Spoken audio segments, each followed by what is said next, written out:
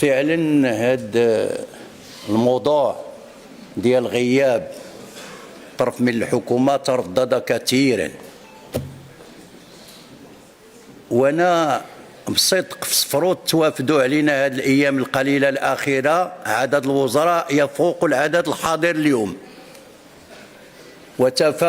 وتوافدوا سيدة النائبة، وتوافدوا مثنى ورباعة بأن راه، ولكن بصفتهم الحزبية حنا اللي كنلتمسوا من الحكومة تبذل واحد المجهود. حضرت واحد المرة واحدة في عمرها بجميع أعضاء الحكومة المبرمجين.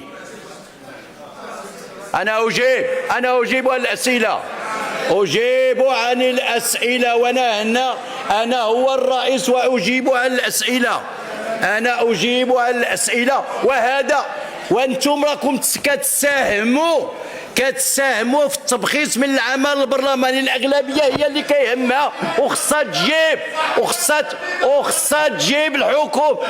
تجيب الحكومة هذا الدستور، وهذا الدستور يجب احترامه، وهذا النظام الداخلي يجب احترامه. احنا ما كنقولوش الحكومة راه ديالنا كلنا وبغيناها تشرفنا، احنا ما كنقولوش شي حاجة، بغيناها نشرفنا وكنلتمسوا منها انها تبذل مجهود. وما احنا كانت الحكومه، شوف التاريخيين والناس اللي اجاو ترهان كلها يوم الاثنين لان بالدستور، وفكر البرلمان انتم اننا نقسموا على 3 الأقطاب باش ما نرهنوهاش خلال، وقلنا اودي على ان تحضر مره واحده في الشهر على الاقل.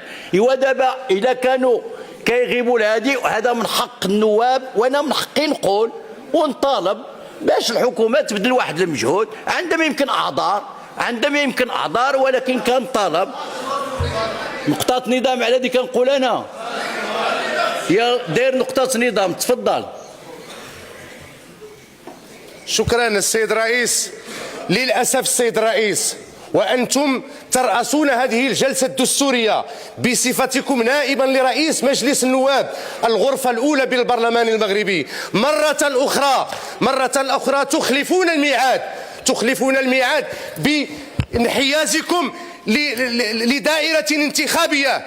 هل فعلا أثر لهذه الدرجة حضور وزراء حزبنا يوم السبت الماضي بإقليم صفرو تنفيذا لتعليمات صاحب الجلالة الملك محمد السادس نصره الله في التواصل مع المواطنين؟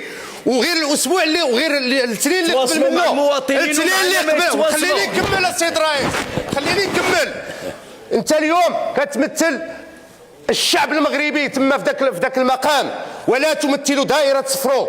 واذا قصحاتك زيارة الوزراء ديالنا فراه باقي غادي ننزلوا صفرو وغنزلوا لباقي الاقاليم.